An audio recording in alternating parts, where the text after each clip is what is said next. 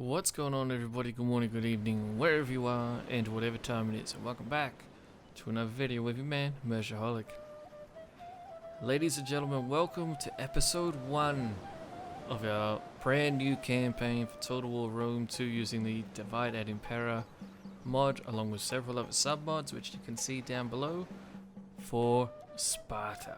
That's right, we are playing as Sparta, but I guarantee you this is a Sparta that you've never seen before. Maybe not, but this is going to be a very different Sparta. This is going to be a Spartan migration campaign. That's right, we are migrating as Sparta. I'll show you where in just a second, but in the meantime I want to show you our King Arius, or Arius. I'm going to call him Arius because the R sounds a little bit more fancy. But anyway, he is our beloved king. The other political parties in Sparta are all on very good terms with us for now, although we do have some civil war protection. But our king is a bit of a brute. He is a typical kind of Spartan for the most part, although he is a little bit wasteful, but he is a warrior king, as every Spartan king should be. So he'll be leading our armies on the front lines, and he'll be right at the front with the rest of our troops. We are a kingdom, and we start off in a relatively balanced state politically. But anyway, to show you guys where exactly we're going, up here in the Peloponnese, we are starting as Sparta with our one town and one army. We're going to be moving south towards Crete, and we're going to be using the port there to launch an amphibious assault upon Alexandria, which will become the new seat of our new kingdom. That's right, we're going to take over Egypt. We will have a Spartan Pharaoh sitting on the throne of Egypt very, very soon. But in the meantime, we're going to get started, and so we're going to get started by recruiting an army. I'm also in the meantime making diplomatic agreements with my neighbors, primarily being Athens, to help us out with some non-aggression from their point. However, Crete, or Knossos here in the diplomatic screen, picks up on our invasion very early. I didn't even get a chance to send my army on the water before they declared war, so I'm actually going to be having to rush to attack the island before they fortify it enough. You can see they only have a small army and they have a decent sized garrison, so I'm sending my army across, and I could only send a few Spartan units, but we're recruiting a lot of mercenaries to try and assault the city very quickly and then get a launch pad into Egypt from here. Let's do it.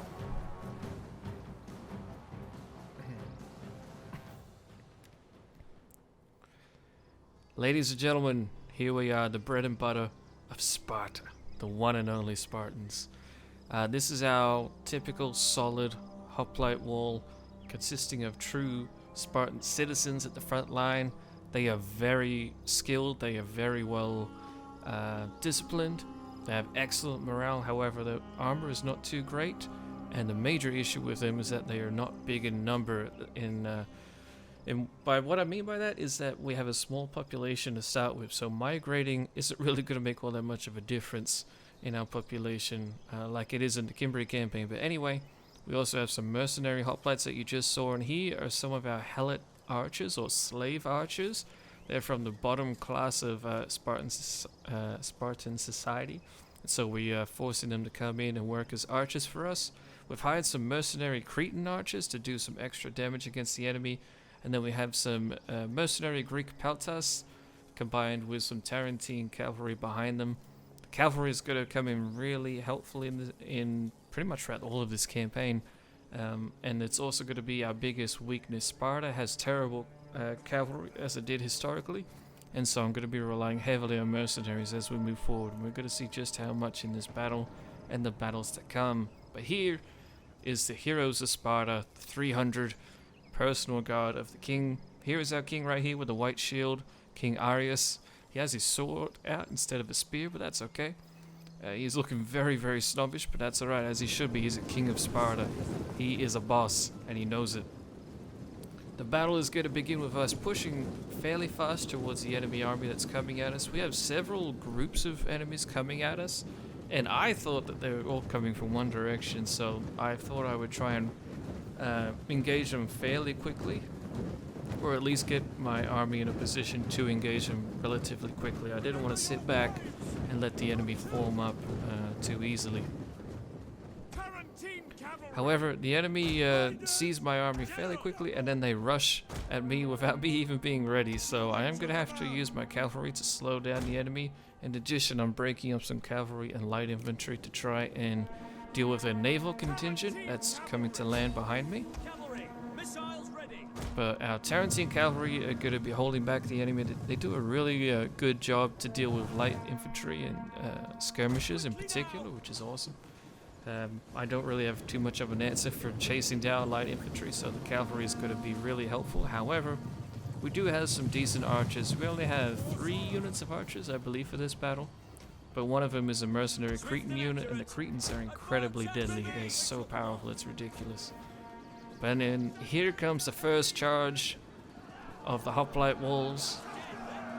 A little bit anticlimactic, but that's okay.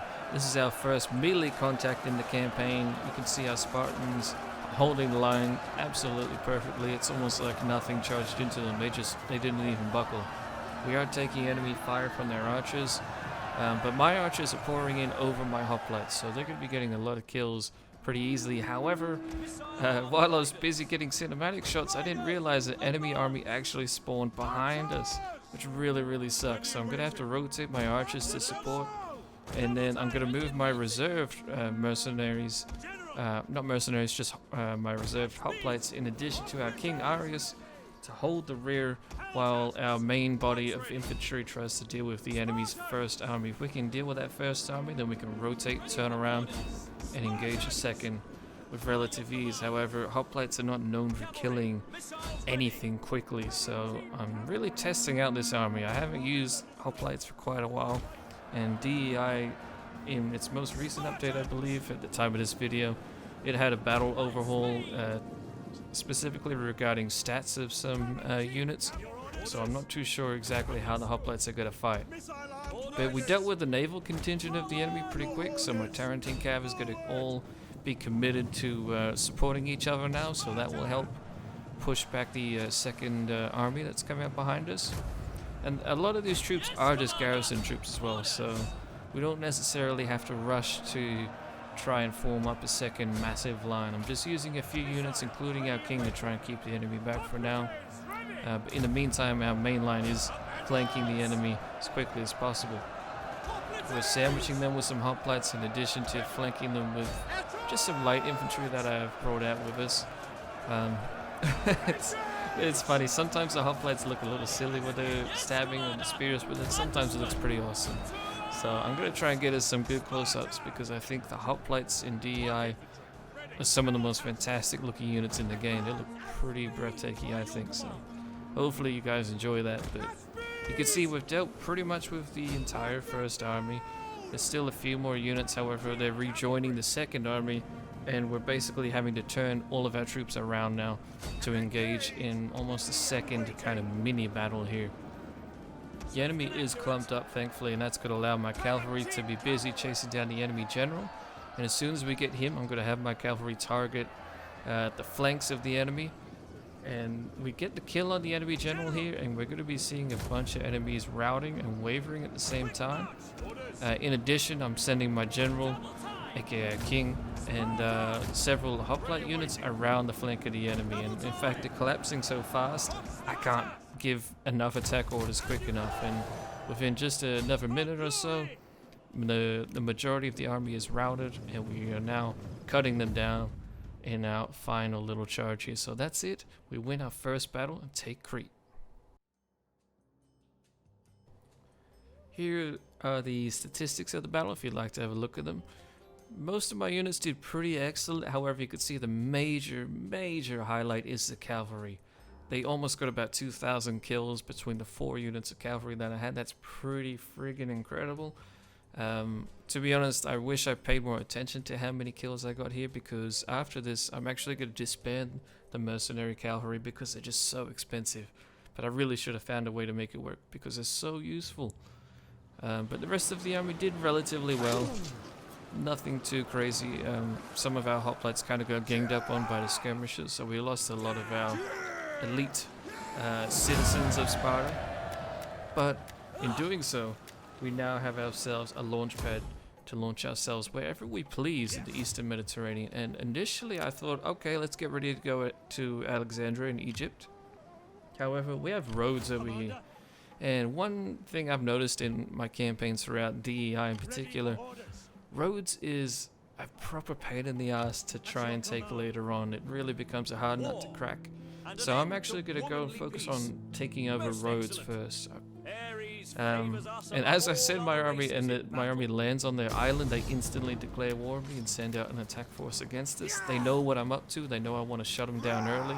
And so now we're going to have to defend ourselves here and then push on Rhodes itself.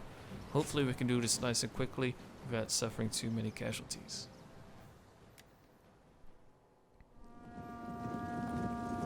Fairly boring flat battlefield here. I mean the whole battlefield's kind of on a slope, but because the slope is so long it's basically flat. The army composition is very different to the last army that I just had. It's still a massive line of hoplites. I think we're using 6 Spartan units, proper Spartan units, so they'll be holding the line well. However, I then have either 5 or 6 Helot archers in reserve, and they're going to be bombarding the enemy en masse, in addition to some Scutarii, I believe is how you pronounce it, Scutarii swordsmen. So we have some light swordsmen that we'll be using, in addition to a couple skirmisher units to try and deal with enemy cavalry and some spearmen. Here's our archers absolutely pounding the enemy. These Helot archers are actually going to be really useful. They're incredibly cheap because they're slaves. They only have like around a 50 or so denarii upkeep, so that's really excellent. And while they continue bombarding the enemy, I'm going to be marching my hoplites forward.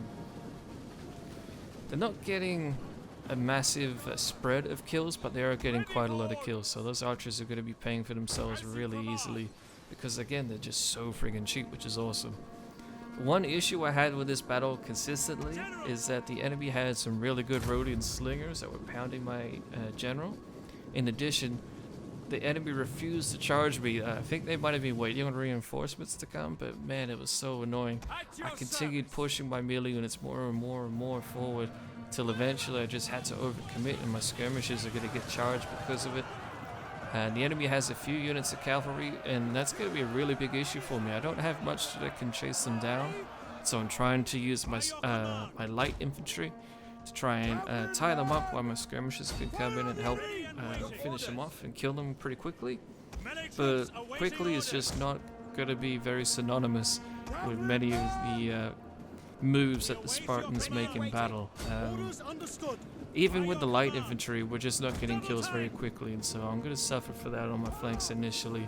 But hopefully we can tie up the enemy cavalry eventually. Again, several minutes later, the enemy still hasn't charged my formation, so I'm just going to... I was getting sick of it. I'm just like, screw it, let's just push it. And so I'm taking charges from the enemy cavalry, which sucks, but we are pushing against the enemy, and I'm giving attack orders now. It's not going to be a very clean battle line. It's going to kind of suck, to be honest. But I really need to get engaged. I need to stop the enemy from just skirmishing my men to death. Our main battle line is going okay. We haven't suffered too many casualties, but they've targeted my general and some of my lighter spearmen on the flanks. And so that's certainly hurt our ability to continue outflanking the enemy in the fight and deal with their cavalry. Their cavalry is so annoying in this battle. Oh, far out. The enemy has some archers, but not a lot. It's mainly their slingers that are the main skirmishing component here. We have some swordsmen getting involved on the flanks. My Spartans actually pushed through on the left-hand flank here pretty quickly. So we're going to be doing some flank charges into the enemy. However, I did keep my units in hoplite formation. Maybe I should have got them out of it. I'm not too sure. Like I said, I need to experiment more with the new battle stats and just battle mechanics in DEI. I haven't really used hoplites all that much in any campaign in DEI. So I need to get used to it. So I'm going to be trying a few different styles of charges here. Eventually you're going to see me charging into the enemy with a hoplite unit that wasn't in a phalanx. And I'm not too sure how effective it was, but it seemed quite effective. Anyway, we are outflanking the enemy. We eventually killed pretty much all the cavalry. There's like one unit left just prancing around out the back. So here I'm trying to kill the enemy general by surrounding him pretty quickly. We're punching through the enemy center now. Our right hand flank is actually kind of struggling. They have some hoplites that are grouped up, but eventually we do surround them and we do get some chain routes happening across the board. The enemy is wavering on pretty much all of its units, and the other ones are close behind. But they're more disciplined and well-trained hoplite units are being very, very stubborn and holding it for quite a while, despite being surrounded by multiple units. But thankfully, the enemy general is going to die here shortly. He's about to rout. I give a final attack order, and losing their general, in addition to being just completely surrounded, the enemy is going to end up routing en masse, and we're actually going to win the battle, but we are going to suffer casualties because of it.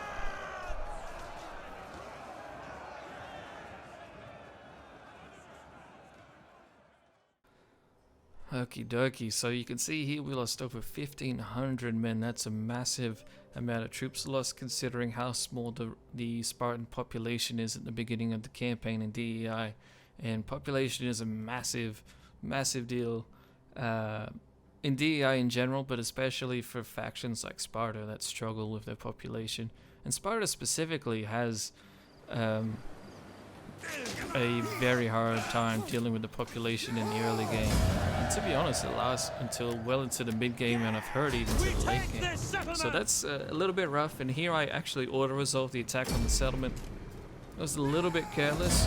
We lost just under 1,000 troops. But to be honest, our army wasn't really in great shape after that battle anyway, so I probably would have lost the same amount of troops if I fought it manually. So we loot the city, we get some money, and with that we now also have a secondary naval base that we can launch some operations from to attack Egypt, which we shall hopefully be doing in the next video. But until then, thank you all for watching. Hope you guys enjoyed, and I shall see you in the next one.